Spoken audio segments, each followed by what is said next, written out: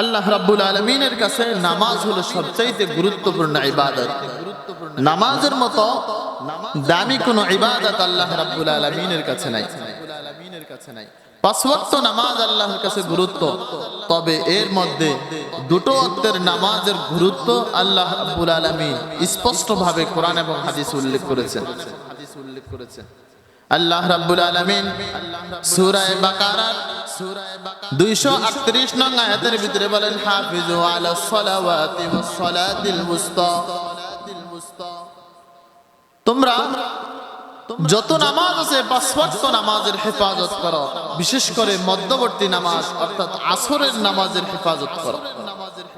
দুই নাম্বার আরেকটা ওয়াক্তের নামাজের গুরুত্ব আল্লাহ রাব্বুল আলামিন বলেছেন, সেটা হলো আল্লাহ তাআলা সূরা তাহার 130 নং আয়াতের ভিতরে আল্লাহ বলেন, ওয়াসাব্বিহ বিহামদি রাব্বিক, আপনি আপনার রবের নামে রবের প্রশংসা করুন, তাসবিহ পড়ুন। কখন? ক্বাবলা তুলুইশ শামসি, সূর্য উদয় হওয়ার পূর্বে, ওয়া ক্বাবলা গুরুবিহা, এবং সূর্য অস্ত যাওয়ার পূর্বে।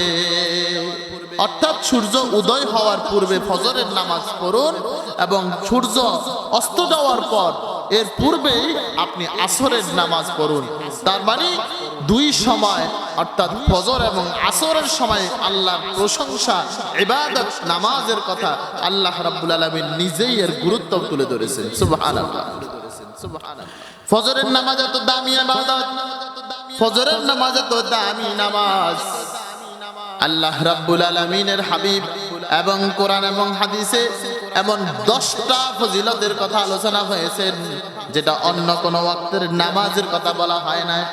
ফজরের নামাজ এত গুরুত্ব, এত ফজিলতপূর্ণ ইবাদত, আল্লাহ রাব্বুল আলামিন দুই ওয়াক্তের নামাজের কসম কোরআনের ভিতরে করেছেন। এর ভিতরে এক নাম্বার হলো আল আসর, আল্লাহ আসরের নামাজের সময়ের শপথ করেছেন। দুই নাম্বার হলো ওয়াল ফাজর, আল্লাহ সূরা ফাজরের ভিতরে ওয়াল ফাজর বলে আল্লাহ ফজরের সময়ের শপথ করেছেন। কেন?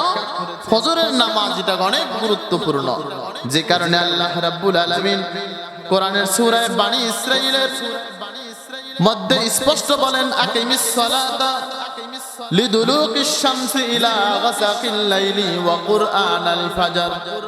ফজরের নামাজের কথা আল্লাহ যেমন শপথ করেছেন, ফজরের নামাজের তেলাওয়াতের গুরুত্বের কথাও আল্লাহ কোরআনের ভিতরে তুলে ধরেন।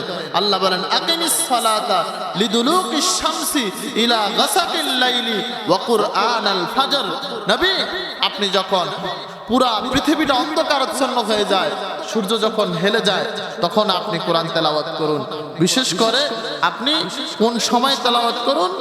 যখন সূর্য ফজরের সময়ের যখন সময় হয়ে যায়, ওই সময় আপনি কি করুন? কোরআনের তেলাওয়াত করুন।